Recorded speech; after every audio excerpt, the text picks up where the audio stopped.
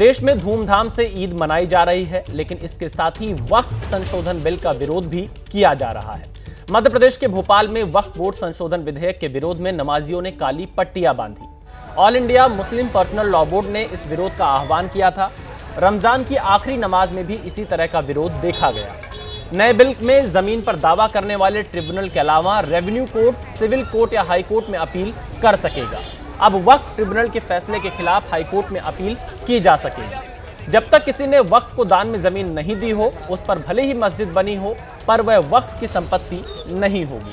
वक्फ board में 2 महिलाओं और अन्य धर्म के 2 सदस्यों को एंट्री मिल पाएगी। इन्हीं सब बदलावों का विरोध किया जा रहा है। और ये आप 3 तस्वीरें देख रहे हैं। ईद पर वक्फ का बिल का विरोध है। भोपाल में काली पट्टी बांधकर विरोध किया जा रहा है। हैदराबाद में वक्फ बिल का विरोध किया जा रहा है। हैदराबाद में भी वक्फ बिल का विरोध किया गया। ईद की नमाज के बाद सैदाबाद की ईदगाह में पोस्टर दिखाकर वक्फ संशोधन बिल का विरोध किया गया।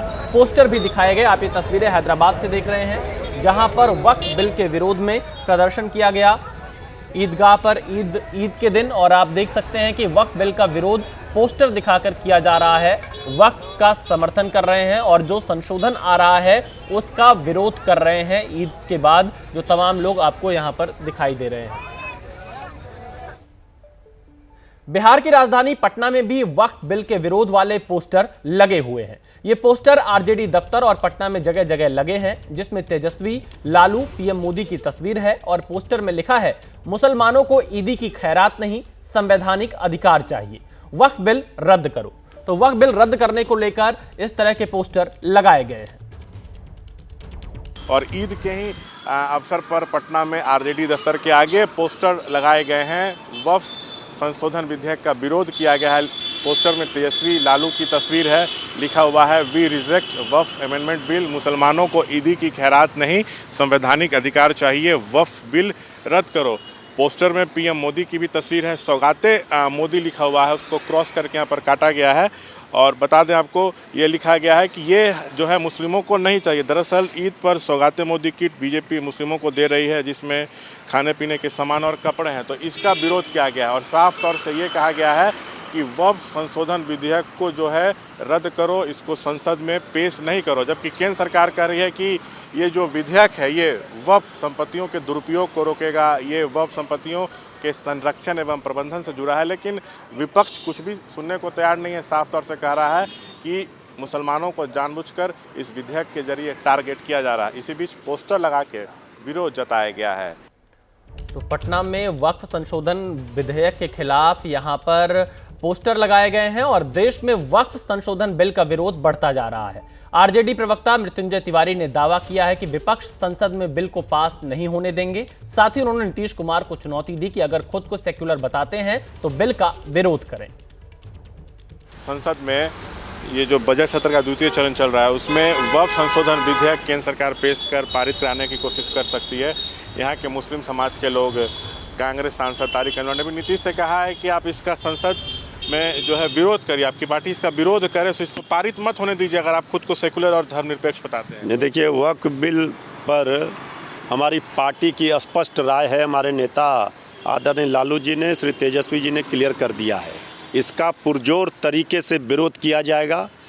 नियम कानून संविधान को तोड़कर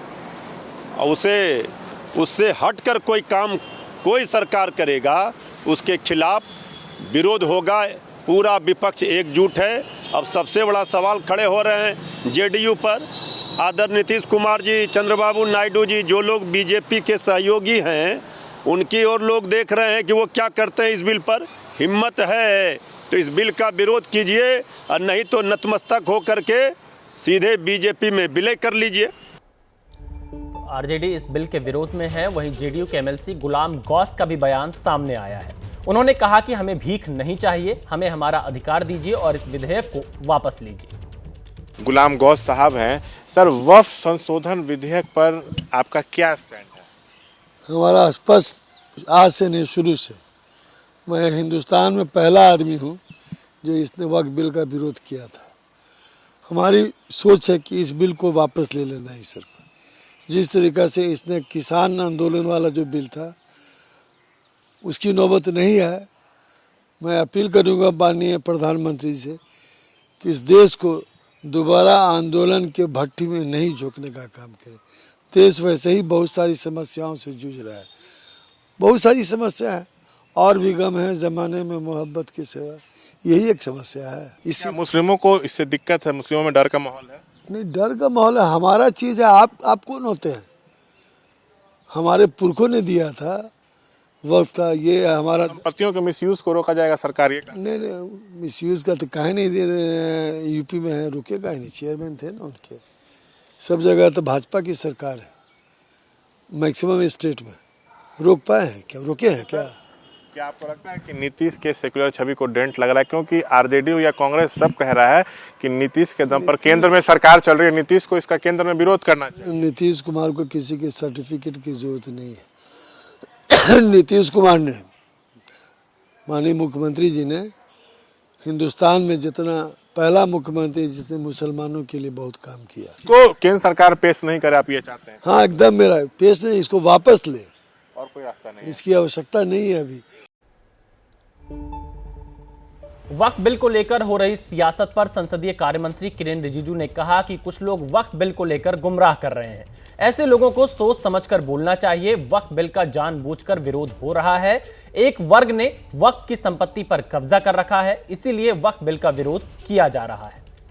जो कुछ लोग ताकतवर हैं, वक्फ के प्रॉपर्टी को कब्जा करके रखा हुआ है, वो लोग मिसगाइड कर रहे हैं। आज़ादी से पहले से वक्फ का प्रोविजंस है, फिर 1913 में, 1923 में, 1931 में, फिर आज़ादी के बाद 1954 में वक्फ कानून बनाया, और उसके बाद में 1995 में फिर से वक्फ कानून का संशोधन हुआ। अगर वक्फ कानून अनकॉन्स्टिट्यूशनल है, वो गैर संवैधानिक है, तो इतने दशकों तक ये कानून तो चल रहा था, तो उनके बनाए हुए कानून संवैधानिक है, और हम कानून लेगा तो वो जो गैर संवैधानिक हो गया। ये क्या तर्क हो गया? आप जानबूझ करके लोगों को गुमराह ना करें। आपको भी मालूम है, सबको मालूम है, ये वक्फ कानून सबके भला के लिए है। तो देखिए, वक्फ बिल पर विपक्ष विरोध कर रहा है, सत्ता पक्ष के अपने दावे हैं, और इसी मुद्दे पर बातचीत करने के लिए हमारे साथ के शर्मा, भारतीय जनता पार्टी के प्रवक्ता, जुड़ चुके हैं। अजीज खान, जो कि समाजवादी पार्टी के प्रवक्ता हैं, वो इस वक्त हमारे साथ जुड़ चुके हैं। सबसे पहले के शर्मा जी, आपके पास मैं आ रहा हूं कि सरकार का पक्ष क्या है? सरकार किस आधार पर इस बिल का समर्थन कर रही है? क्या संशोधन लेकर आ रही है? क्योंकि ऐसा कहा जा रहा है कि जो अब तक ट्रिब्यूनल में सुना जा सकता था वक्फ से जुड़े मामले, अब उसे हम सिविल कोर्ट में ले जा सकते हैं, उसके ऊपर के कोर्ट में ले जा सकते हैं। तो इससे किस बात की दिक्कत है? नहीं, देखिए विशाल जी, सबसे पहले तो आज ईद का पर्व है। मैं देशवासियों को इसकी बधाई देता हूं, शुभकामनाएं देता हूं। रही बात आपने जो विषय बताया और जो मैं अभी विपक्ष की बातें सुन रहा हूं, देखिए, सब इस लोकतंत्र में सबको अपनी बात कहने का हक है, और सबको अपनी बात सामान्य अहिंसक रूप से और शांति से, लोकतांत्रिक तरीके से अपनी बात रखें। और विभिन्न दल, ये मामला, ये बिल आ रहा है सदन में जिसमें एक लंबी बहस होनी है, उस पर बिल भी अपनी बात भी रखें और विस्तार से बताएं देश की जनता को। की पहली बात मैं बता दूं कि ये जो वक्फ का बिल का जो संशोधन है, आपने रिजू जी का बयान दिया है, ये पहले हमारा बनाया हुआ बिल नहीं है। ये बिल पहले से बना हुआ है, इसलिए इसको असंवैधानिक तो नहीं कह सकते। इतने साल तक उस संवैधानिक रहा, आज असंवैधानिक हो जाएगा, ऐसा तो नहीं है। ये प्रोपोगंडा है, ये झूठ है, जिसको कि विपक्ष जो है प्रचारित कर रहा है, और कुछ एक वर्ग विशेष के लोग। मैं दूसरी बात कहना चाहता हूँ कि ये मामला जो है वक्फ का, ये केवल मुसलमानों से जुड़ा हुआ मामला नहीं है। पहले तो ये स्पष्ट होना चाहिए, क्योंकि ये मुसलमानों से भी जुड़ा हुआ है, विशेषकर गरीब मुस्लिम वर्ग से जुड़ा हुआ है, ये हिंदुओं से भी जुड़ा है, सिखों से भी जुड़ा है, ये ईसाइयों से भी जुड़ा है, जैन, बौद्ध, सभी धर्मों से जुड़ा हुआ मसला है, और विशेषकर ये राष्ट्र से जुड़ा हुआ मसला है। क्योंकि इसमें जो संपत्ति के कुछ विवाद है, उस विवाद में राष्ट्रीय संपत्ति पर भी है और अन्य विभिन्न धर्मों के लोगों की संपत्ति पर है। तो इसको केवल एक मुस्लिम वर्ग से जोड़कर और लोगों के एक हवा बनाकर और लोगों को प्रोपोगंडा करके अराजकता फैलाना, ये जायज नहीं। नंबर 1। नंबर 2 कि इसमें क्या संशोधन, एक प्रमुखता से दो कुछ छोटे संशोधन और है, लेकिन प्रमुखता से एक संशोधन है जो 2013 में आनन फानन में जब कांग्रेस की सरकार जो है उसे लग रहा था कि हम नहीं आ पाएंगे सत्ता में, तो उन लोगों ने आनन फानन में एक इमरजेंसी वो कमेटी गठित करके और बाद में उसको एक आदेश से पारित कर दिया। और उस बिल में ये कहा गया उस संशोधन में कि कोई भी जमीन पर वक्फ जो है अपना अधिकार बता सकता है कि ये जमीन जो है वक्फ की जमीन है, कोई भी खड़ा होकर क्लेम कर सकता है किसी भी जमीन पर। यह स्पष्ट रूप से लॉ में लिखा हुआ है, जो आपके अभी भ्रमित करेंगे लोग, लेकिन मैं बताना चाहता हूं जनता को। इसको हमने ये कहा है कि भाई इस पे जो अभी सुझाव आया है, जो पिछला जो बिल आया, अभी तो ये जेपीसी में भी गया है, जेपीसी में भी इस पर विस्तार से 31 कमेटी सदस्य जल्दी से आप वो 2 संशोधन बताइए, कई सुझावों को मान्य भी किया गया। बस मैं उतना ही कहता हूँ, नहीं संशोधन की वो सब चर्चा तो देखो बिल में आएगी, लेकिन मैं जो मोटे तौर पे जो बात है वो बताना चाहता हूँ कि इस पर इस तरह का जो एक क्लेम था उसको जो है कहा गया है कि नहीं, आप ऐसा क्लेम आपको उसको सिस्टम से क्लेम करना होगा, आप ऐसे नहीं कर सकते कि यहाँ खड़े हो गए। और पहले इन्होंने जो कानून में रखा था कि ये क्लेम तो कर सकते हैं, लेकिन जिसकी जमीन पर क्लेम कर रहे हैं उसको साबित करना पड़ेगा कि ये उसके लिए प्रावधान जो अभी तक कर रहा है उसको साबित नहीं कर। नंबर वन एक बात और कह के समाप्त कर दे, एक बात और कहता। दूसरा जो झूठ फैलाया जा रहा है देश के अंदर में, मैं क्लियर कर देना चाहता हूं कि जो रजिस्टर्ड प्रॉपर्टी है वक्फ बोर्ड की, उस पर किसी भी तरह का कोई संशोधन नहीं है। दूसरी बात, जो मामले कोर्ट में विवादित रूप में चल रहे हैं उसमें कोई इशू नहीं है। ये इन द फ्यूचर इस तरह के क्लेम नहीं हो पाएंगे। चलिए बिल्कुल, तो अजीज खान हमारे साथ जुड़े हुए समाजवादी पार्टी के प्रवक्ता हैं। अजीज खान जी, हमने सरकार का पक्ष जाना के शर्मा के माध्यम से, वो ये कह रहे हैं कि ये संवैधानिक बिल्कुल है, असंवैधानिक नहीं है, बिल पहले से रहा है, उसमें संशोधन कर रहे हैं, कोई किसी जमीन को अपना ना बता दे बल्कि सिस्टम के तहत उस पर दावा करे, ऐसे प्रावधान किए जा रहे। तो फिर विरोध किस बात का है? ये तो एक लीगल चैनल को फॉलो करना होगा। देखिए विशाल भाई, इन्होंने पहले ही कहा कि सारी चीजें लीगल नहीं है, कोई चीज इलीगल नहीं था। और अगर सारी चीजें लीगल थी तो उसमें अमेंड क्या करेंगे? अमेंड क्या करेंगे ये सबसे इंपॉर्टेंट है। इन्होंने अभी बहुत स्पष्ट किया कि पहले यह था कि कोई भी किसी जमीन पर क्लेम कर सकता है और उसको खुद साबित करना पड़ेगा, जो जमीन जिसका है, कि ये मैं इसका मालिक हूं या नहीं हूं। ये सर्वविदित है कि जिसकी जमीन होती है उसके पास कागजात होते हैं, और अगर जिसकी जमीन है दूसरा कोई हड़प कैसे कर लेगा?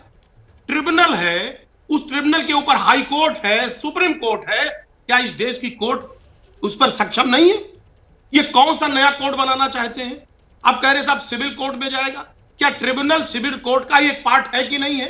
क्योंकि ट्रिब्यूनल इसलिए बनाए जाते हैं विशाल भाई कि चूंकि हर विभाग में कि जब केस ज्यादा हो जाता है, इनकम टैक्स में ट्रिब्यूनल है, आप देखिए यहां वक्त में ट्रिब्यूनल है, तमाम ऐसे मसले हैं जहां ट्रिब्यूनल का मतलब वो भी उसमें भी जज ही बैठते हैं, और इसमें भी जज बैठ रहे हैं। अब सवाल इस बात का, एक बात हो गई। देखिए सवाल जो वक्त बिल में अमेंडमेंट का नहीं है, ये इनकी नीयत खराब है। सबसे पहले जो ये कहना चाह रहे हैं कि जो रजिस्टर्ड प्रॉपर्टी है उस पर मुझे कोई दिक्कत नहीं है। मैं कहना चाह रहा हूं तमाम ऐसी मस्जिदें हैं, तमाम ऐसे कब्रिस्तान हैं, तमाम खानकाह है जो लोगों ने दान दे दिया और 100 रुपए के स्टैंप पे लिख दिया, सादे कागज पे लिख दिया, भाई अपनी प्रॉपर्टी है, लोगों ने दे दिया, दान दे दिया, ईश्वर के नाम वक्फ कर दिया। अब अगर ऐसी प्रॉपर्टी को वक्फ कर दिया तो इन परिस्थितियों में वो जमीन किसकी होगी? क्या वो कहेंगे कि साहब ये सरकार की जमीन हो जाएगी? देखिए कुल मिलाकर के ये एक विवाद को खड़ा करना चाहते हैं। ये नहीं चाहते हैं कि जो कब्रिस्तान, जो मजार, जो खानकाह, जो चीजें चल रही हैं मस्जिदें, उन पर अजीत जी मैं एक छोटा सा आपसे इस पर एक जवाब चाहता हूं। अभी तक जो मेरी जानकारी, हो सकता है आप लोग उसको और सही करिए, ट्रिब्यूनल में ही सिर्फ वक्त से जुड़े मामले जा सकते हैं, और अगर ये सरकार ये लाना चाह रही है कि और कोर्ट में जाए तो उसमें आपको समस्या किस बात की है? देखिए वक्त ट्रिब्यूनल में ही क्यों जाना चाहिए? सर मैं करेक्ट कर दूं कि ट्रिब्यूनल है क्या? ट्रिब्यूनल विभाग वाइज बनाया जाता है। अगर अजीत जी अगर ट्रिब्यूनल का आप ये कह रहे हैं कि एक जस्टिस की ही जो प्रणाली है उसी का हिस्सा है, वो कह रहे हैं कि इसको और पारदर्शी कर दीजिए, ट्रिब्यूनल के अलावा कोई सिविल कोर्ट में चला जाए, हाई कोर्ट चला जाए, सुप्रीम कोर्ट चला जाए। सर मैं वही बात तो स्पष्ट कर रहा हूं। ट्रिब्यूनल एक बेसिक प्रक्रिया है, लोअर कोर्ट। तो फिर विरोध किस बात का है? तो फिर विरोध किस बात का है? अजीत जी, अरे विशाल भाई, आप कंप्लीट कर लेने दे। उसके खिलाफ आप हाई कोर्ट जा सकते हैं, उसके खिलाफ आप सुप्रीम कोर्ट जा सकते हैं। किसने कहा प्राविधान नहीं है? यह क्या गलत प्रचार किया जा रहा है? यह गलत प्रचार किया जा रहा है कि ट्रिब्यूनल के खिलाफ आप किसी कोर्ट में नहीं जा सकते, पहली बात। और दूसरी बात, जो ट्रिब्यूनल है उसमें सब मुस्लिम जज नहीं होते हैं, उसमें सभी धर्म के जज होते हैं। चलिए, मैं के शर्मा जी से इस पर जवाब लूंगा, लेकिन इस वक्त एक खबर आ रही है, वक्फ संशोधन बिल को लेकर आरजेडी ने बड़ा दावा किया है। वक्फ बिल को लेकर जेडीयू के मुस्लिम विधायक और एमएलसी में असंतोष है, यह कहना है आरजेडी का। यह दावा आरजेडी की तरफ से किया गया है कि जेडीयू के मुस्लिम विधायक और एमएलसीओं में असंतोष है। जेडीयू के कई मुस्लिम नेता हमारे संपर्क में, कहना है एजाज अहमद का।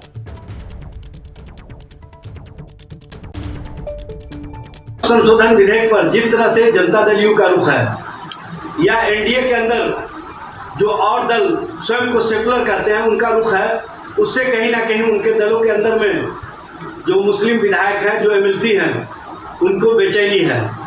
और लगातार एक ही बात उन लोगों का कहना है कि स्वयं को जो सेकुलर कहते हैं, लेकिन सेकुलर कैरेक्टर के साथ स्वयं को खड़ा नहीं रखते हैं। स्वयं को सेकुलर कैरेक्टर के साथ खड़े नहीं दिखाई देने के कारण उनके दलों में जो बेचैनी है, उनके दलों में जो असमंजस की स्थिति है, वो स्पष्ट रूप से दिख रही है। आरजेडी के अपने दावे हैं, वही वक्फ बिल के विरोध को लेकर बीजेपी सांसद जगदंबिका पाल की प्रतिक्रिया भी सामने आई है। जगदंबिका पाल ने कहा कि वक्फ बिल का विरोध सोची समझी रणनीति के तहत किया जा रहा है, लेकिन मुस्लिम समुदाय को समझना चाहिए कि वक्फ संशोधन बिल उनकी बेहतरी के लिए है। वक्फ संशोधन विधेयक पर गठित जेपीसी के अध्यक्ष जगदंबिका पाल जी हमारे साथ हैं। सर, ईद का मुबारक मौका है, लेकिन वक्फ संशोधन विधेयक को लेकर के जो आशंकाएं हैं मुस्लिम संगठनों की, वो आज के दिन भी सामने आ रही हैं। जिस तरह से all India Muslim personal law board के सदर सैफुल्ला साहब अभी आपके चैनल पे कह रहे थे, आज इस पूरे माह रमजान को या रमजान के महीने को और आज ईद के दिन भी उन्होंने एक सियासी अखाड़ा बना दिया वक्फ बिल को लेकर के। अभी वक्फ का बिल सरकार लेकर के नहीं आई है, उस बिल का इंतजार करना चाहिए कि हो सकता है वो बिल बेहतरी के लिए हो। आखिर ये माहौल क्यों बिगाड़ना चाहते हैं और वे झूठ क्यों बोल रहे हैं?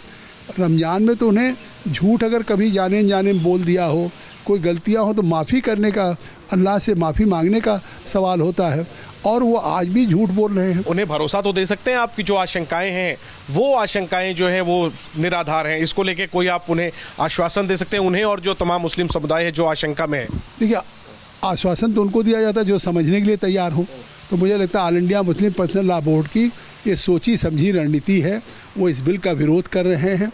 ओवैसी साहब ने कहा मैं उनके विरोध पे काली पट्टी बांध रहा हूँ, मतलब वो भी शायद काली पट्टी नहीं बांधते, क्योंकि वो हमारे वक्फ कमेटी के मेंबर थे, उनको पता था कि इसमें कहीं ऐसा नहीं है। लेकिन मैं देशवासियों को, अल्पसंख्यकों को ज़रूर भरोसा देता हूँ कि ये जो कानून आ रहा है उनकी बेहतरी के लिए है, और वक्फ की जो प्रॉपर्टी उसका फ़ायदा गरीबों को, पसमानदा को, मुसलमानों को, महिलाओं को मिल सके।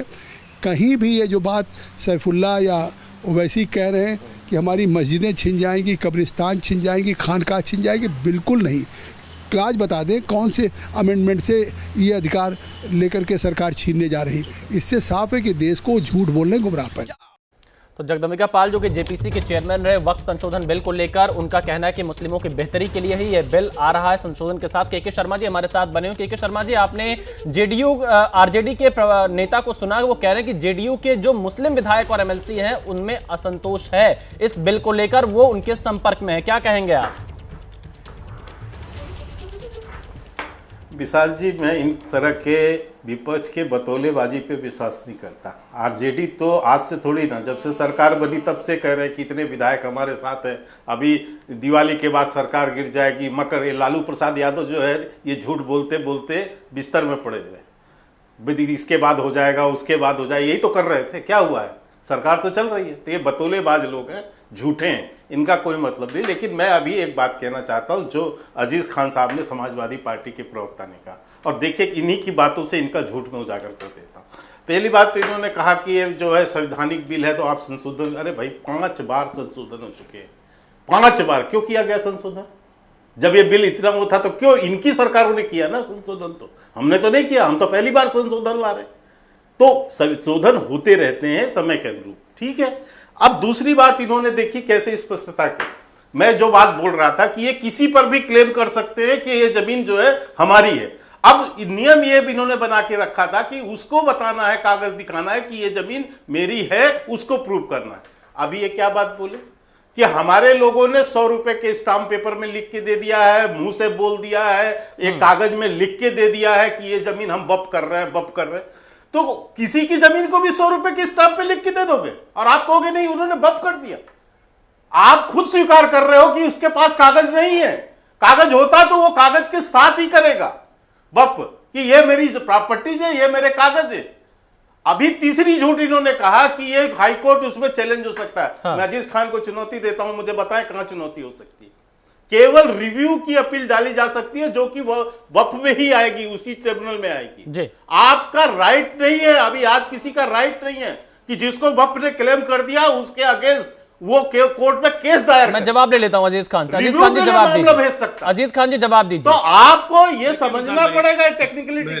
और तीसरी बात, तमाम मुस्लिम संगठनों ने जितना ये रोड पे दिख रहे हैं, इनसे कहीं ज्यादा मुस्लिम संगठनों ने, इनसे कहीं ज्यादा मुस्लिम नेताओं ने, मुसलमान भाइयों ने इस बिल का समर्थन किया है। चलिए मैं जवाब ले लेता हूं। अजीज खान जी जवाब दीजिए। जिस ढंग से उनका कागज दिखाने पड़ेंगे, इस चीज का डर है। उसका हक मिलना। मैं जवाब लेता हूं। के शर्मा जी मैं जवाब लेता हूं। अजीज खान जी क्या कागज दिखाने पड़ेंगे, इस बात का डर है? सर ये यही तो विशाल भाई कह रहे हैं, फिर गुमराह कर रहे हैं।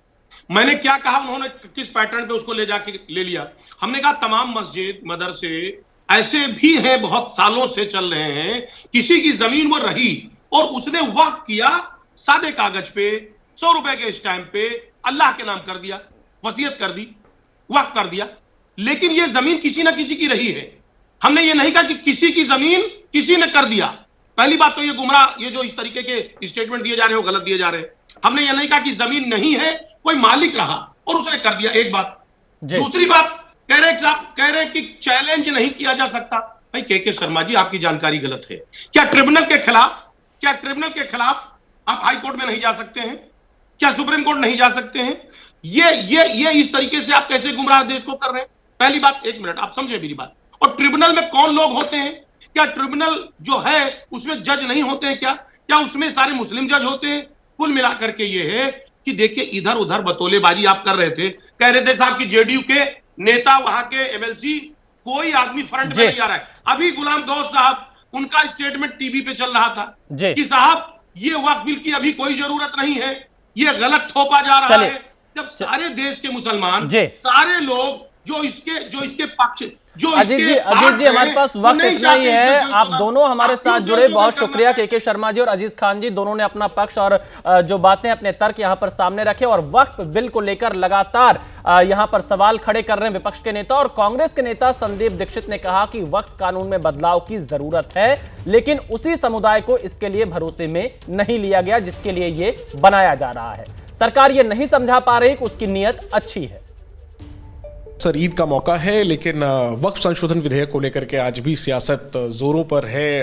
क्या आप कहेंगे? और बीजेपी कह रही है कि आज ये ईद का मौका है, आज के दिन तो सियासत नहीं करनी चाहिए, मुस्लिम पर्सनल लॉ बोर्ड सियासत कर रहा है। नहीं, वो ईद का मौका कोई हो, वो एक ऐसा मसला है जिसमें एक समाज के लोग परेशान हैं। वक्फ एक्ट में कोई बदलाव की जरूरत नहीं थी, ये सही नहीं है। कुछ ना कुछ बदलाव की जरूरत थी और हर कानून में समय आते आते बदलाव होता है। सरकार ये नहीं समझा पा रही है बहुत से समुदाय के लोगों को, खासकर मुस्लिम समुदाय के लोगों को, कि उसके मन में कोई अच्छी इच्छा है इस एक्ट को बदलने की।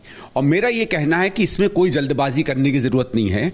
आप जिस समुदाय के ऊपर इसका सबसे ज़्यादा प्रभाव पड़ता है, कम से कम उसको भरोसे में लेकर उसको तो आप समझाइए। अरे जिनकी ज़मीनें हैं, जिनके फ़ायदे के लिए ये एक्ट बना है, अगर वही नहीं समझ पा रहे हैं कि आपकी मंशा क्या, तो फिर आप किसको समझाएंगे? वक्फ बिल का विरोध करते हुए कांग्रेस सांसद तारिक अनवर ने कहा कि उनकी पार्टी इस विधेयक के पक्ष में नहीं है, तो दूसरी तरफ केंद्रीय मंत्री चिराग पासवान ने साफ कहा है कि विपक्ष के नेता वक्फ बिल के खिलाफ माहौल बना रहे हैं और बता रहे हैं कि विधेयक मुसलमानों के खिलाफ है, जबकि सरकार सभी को बराबरी का हक देना चाहती है।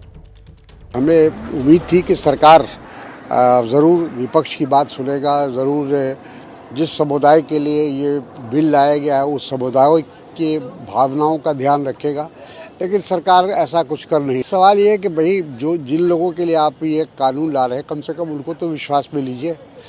और हमारे देश में लोकतंत्र है, विपक्ष को विश्वास में लीजिए। नीतीश जी से ये उम्मीद हम लोग करते हैं और देश उम्मीद करता है कि वो एक धर्मनिरपेक्ष अपने आप को वो इस बात का दावा भी करते हैं कि वो धर्मनिरपेक्षता पर उनका विश्वास है। जब सारे मुस्लिम समुदाय इस बिल के विरोध में है तो उसको ज़बरदस्ती थोपना वो मुनासिब नहीं। मेरी समझ के परे है, आपकी सदस्य उस समिति में मौजूद है। सोची समझी रणनीति के तहत विपक्ष के कई सांसद, कई नेता, कई दल ऐसे हैं जो ये माहौल बनाना चाह रहे हैं कि ये वक्फ संशोधन बिल जो है ये मुसलमानों के खिलाफ है। मेरी समझ के परे है कि इस तरीके से मुसलमानों के बीच में आप अपनी राजनीतिक रोटियां सेकने की सोच, और कौन कौन से दल हैं ये, आप सबसे बड़े उनके मसीहा बनते हुए उनके बीच में ये भ्रम फैलाने का प्रयास कर रहे हैं कि वक्फ संशोधन में ऐसी चीजें कर दी गई हैं जिससे पता नहीं मुसलमानों का कितना अहित हो गया। इस वक्त एक बड़ी खबर आ रही है पाकिस्तान के कराची से। पाकिस्तान के कराची में हाफिज सईद के करीबी की हत्या हुई है। हाफिज सईद के करीबी अब्दुल रहमान की गोली मारकर हत्या।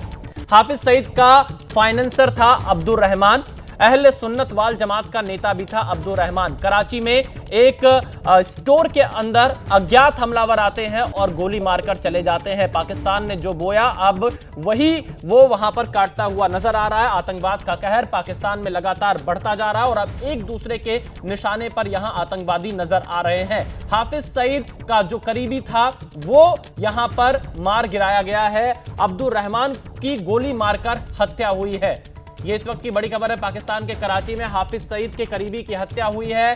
अज्ञात हमलावरों ने ये गोलीबारी की। आप इन तस्वीरों को देखिए कैसे एक अज्ञात हमलावर आता है और एक स्टोर में जो लोग बैठे हुए थे, 3 लोग इस स्टोर में थे, अब्दुल रहमान समेत उन तीनों लोगों को गोली मारी और अज्ञात हमलावर मौके से फरार हो जाता है। और बाद में जब पुलिस ने उस अब्दुल रहमान जो कि हाफिज सईद का करीबी है उसे अस्पताल पहुंचाया तो वहां पर वो मृत घोषित कर दिया गया। हाफिज सईद का फाइनेंसर था अब्दुल रहमान।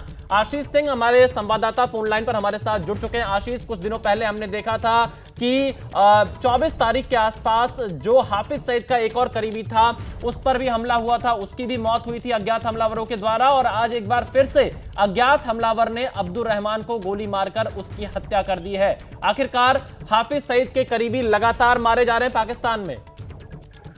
जी बिल्कुल, आप ठीक कह रहे हैं। ज्यादा दिन नहीं बीते हैं जब उसके रिश्तेदार हाफिज सईद के उसको बाकायदा कुछ अज्ञात हमलावरों ने आकर के गोलियों से भून दिया था। वो तस्वीरें हमने देखी थी और अभी भी हम तस्वीरों में देख रहे हैं कि किस तरह से इसको सामने से जाकर के गोली मारी गई। और मैं आपको बता दूं कि साथ में अब्दुल रहमान के 3 कुल मिलाकर के लोग घायल हुए हैं, जिसमें बताया जा रहा है कि अब्दुल रहमान के पिता और एक और करीबी, लेकिन अब्दुल रहमान की मौत हो गई है इस हमले में।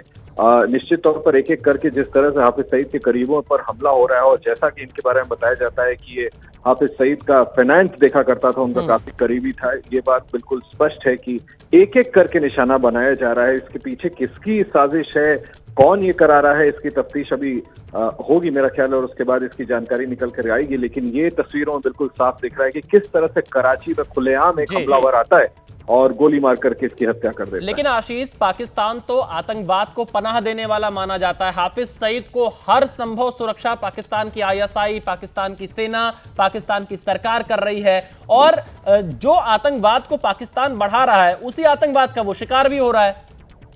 बिल्कुल ठीक कह रहे हैं आप। बिल्कुल जिस तरह से जिस नासूर को पाकिस्तान की हुकूमत ने साल दर साल इतना बड़ा वृक्ष बनाया है, आज पाकिस्तान को उसी का खामियाजा उठाना पड़ रहा है। और आप ठीक कह रहे हैं कि हाफिज सईद को बहुत ही हाईली प्रोटेक्टेड एनवायरनमेंट में रखा जाता है, कड़ी सुरक्षा में रखा जाता है, लेकिन उसके बावजूद जिस तरह से एक एक करके हाफिज सईद के करीबियों पर हमला हो रहा है, यहाँ तक के विशाल ज्यादा दिन नहीं बीते हैं जब ये खबर भी आ रही थी कि हाफिज सईद पर ही सीधा हमला हुआ है। ये अपने आप में सेल्फ एक्सप्लेनेटरी है कि किस तरह का टेरर स्टेट बन गया है पाकिस्तान और वहां के हालात दिन ब दिन कितने खराब होते हैं। बिल्कुल बिल्कुल आशीष साहब, इस पर नजर बनाए रखिएगा। फिलहाल के लिए शुक्रिया। तो ये बड़ी खबर कि हाफिज सईद का करीबी पाकिस्तान के कराची में मारा गया है। आगे बढ़ते हैं। हरियाणा के नूह में 2 पक्षों में मारपीट हुई है। ईद की नमाज के बाद 2 गुटों में भिड़ंत हुई। नूह में दोनों गुटों में जमकर लाठी डंडे चले हैं। हंगामे का वीडियो भी वायरल हो रहा है। मारपीट में 12 से अधिक लोग घायल बताए जा रहे हैं। मौके पर पहुंची है पुलिस और स्थिति फिलहाल काबू में बताई जा रही है। नूंह में दोनों गुटों में जमकर लाठी डंडे चले हैं। 2 गुटों में भिड़ंत हुई है ईद की नमाज के बाद। आप इन तस्वीरों को देखिए, कितनी बड़ी संख्या में 2 गुट आमने सामने आते हैं, हाथों में लाठी डंडे हैं, एक दूसरे को लाठी डंडों से मारपीट करते हैं। फिलहाल मौके पर पुलिस ने पहुंचकर हालात को काबू में किया।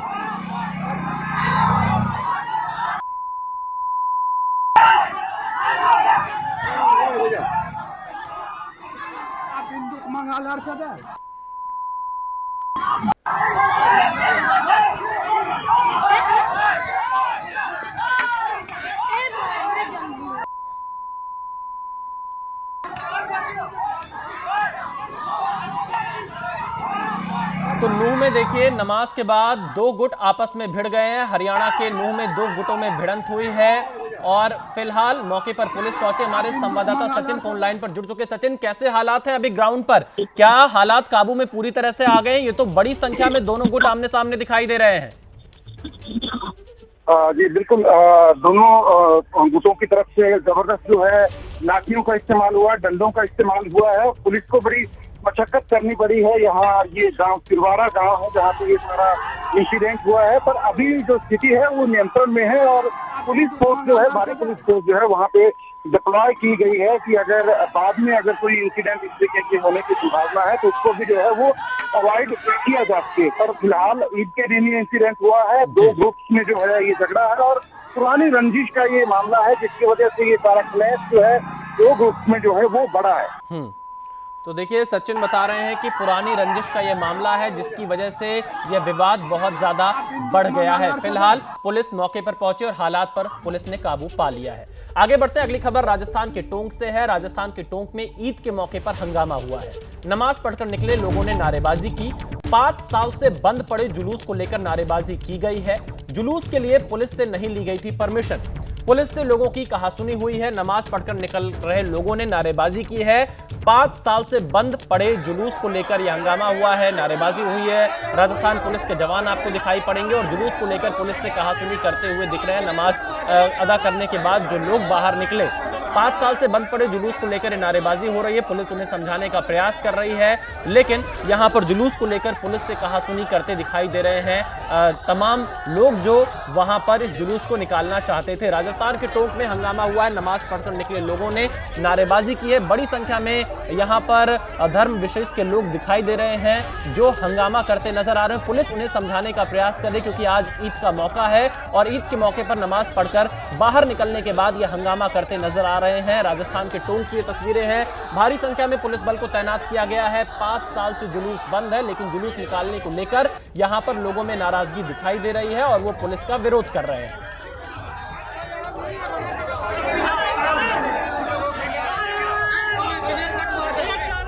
इस वक्त एक बड़ी खबर आ रही है वक्फ संशोधन बिल को लेकर। 2 अप्रैल को संसद में पेश हो सकता है वक्फ संशोधन बिल। इस वक्त की बड़ी खबर यह है कि जो वक्फ संशोधन बिल ज्वाइंट पार्लियामेंट्री कमेटी के पास गया था, तमाम सुझावों के साथ में वो बिल एक बार फिर से संसद में पेश हो सकता है 2 अप्रैल को। सरकार की बड़ी तैयारी है कि संसद के इसी सत्र में इस बिल को पास कराया जाए। आशीष सिंह हमारे संवाददाता फोन लाइन पर जुड़ चुके हैं। आशीष, यहां पर सरकार की कोशिश तो यही होगी कि 4 अप्रैल से पहले इस बिल को चर्चा करके पास करा लिया जाए, और क्या सरकार के पास जो सहयोगी हैं, खासतौर पर जेडीयू और चंद्रबाबू नायडू की पार्टी, क्या वो सरकार का इसमें समर्थन करेंगी? देखिए, समर्थन करने को लेकर के ये बड़ा क्रूशियल है कि जेडीयू की पोजीशन क्या होगी। लगातार उनके पार्टी के नेता भी ये दबाव बना रहे हैं कि इस पर जनता दल यूनाइटेड को पोजीशन वक्फ संशोधन बिल के खिलाफ लेनी चाहिए, लेकिन लीडरशिप की तरफ से ऐसा बयान नहीं है। लेकिन इस बीच ये जरूर बहुत बड़ी खबर जो हमें टॉप सोर्सेज ने जानकारी दी है विशाल की, 2 अप्रैल को इस बात की पूरी संभावना है कि केंद्र सरकार की तरफ से वक्फ संशोधन बिल को संसद में रखा जाएगा। और आप बिल्कुल ठीक कह रहे हैं, महत्वाकांक्षी योजना है नीति मोदी सरकार की जो वो पास कराना चाहते हैं। पूरी कोशिश होगी सरकार की कि इसी सत्र के दौरान इस बिल को पास करा करके कानून बनाया जाए। और जैसा मैंने आपको बताया कि 2 अप्रैल को सरकार की तरफ से इस बिल को संसद में रखा जाता। तो देखिए, आशीष सिंह ने जानकारी दी कि 2 अप्रैल को संसद में वक्फ संशोधन बिल पेश होगा, जिस पर चर्चा होगी और सरकार इसे पास कराने की कोशिश जरूर करेगी।